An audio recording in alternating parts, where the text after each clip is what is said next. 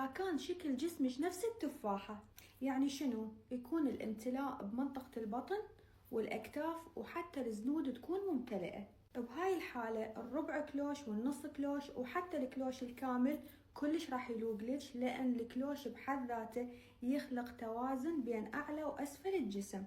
وابتعدي كل البعد عن عبايات البليزر لأن راح تعرض لك منطقة الكتف. وطبعا عبايات البشت أيضا تلوق لك بس بحالة تكونين انتي طويلة. وبالنسبة لخامة القماش، أحسن أنواع القماش اللي تكون واقعة تلوق الشكل جسمك، لا تختارين الأقمشة اللي تكون واقفة لأن تنطي امتلاء. إذا كان شكل جسمك نفس المستطيل، يعني شنو؟ يعني متوازن من الأعلى والأسفل بس بدون خصر واضح وبدون انحناءات. هنا راح ترهم لك العبايات اللي بيها تفاصيل على الأكتاف والأكمام، وترهم لك العبايات الكلوش والدبل كلوش والنقشات الخفيفة المنحنية على الجسم، وترهم لك الكسرات الجانبية. وتجنبي القصات المستقيمة اللي ما بيها أي حركة. وإذا كنتي ممتلئة وشكل جسمك مستطيل، تجنبي الأقمشة الواقفة والثقيلة.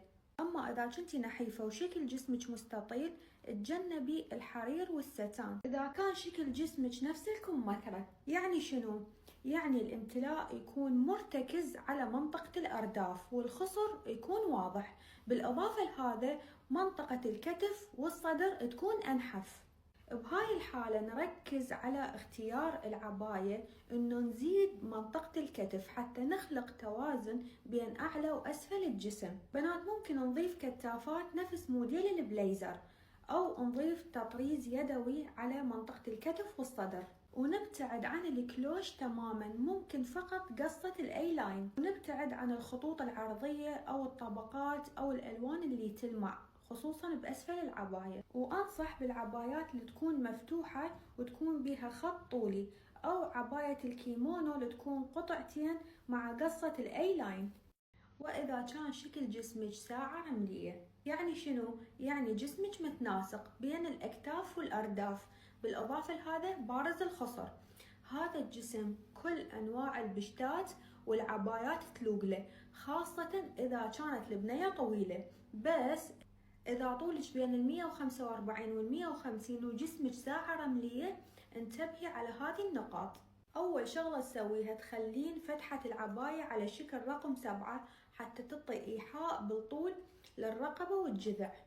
يفضل تكون ديزاينات العبايات بها خطوط طولية إذا كان شيك أو أيا كان من أنواع الخطوط. وإذا لبست بليزر يفضل تكون ياخته طويلة. وبالنسبة للقماش حاولي تختارين الأقمشة الواقفة لأن تعطي إيحاء بالطول.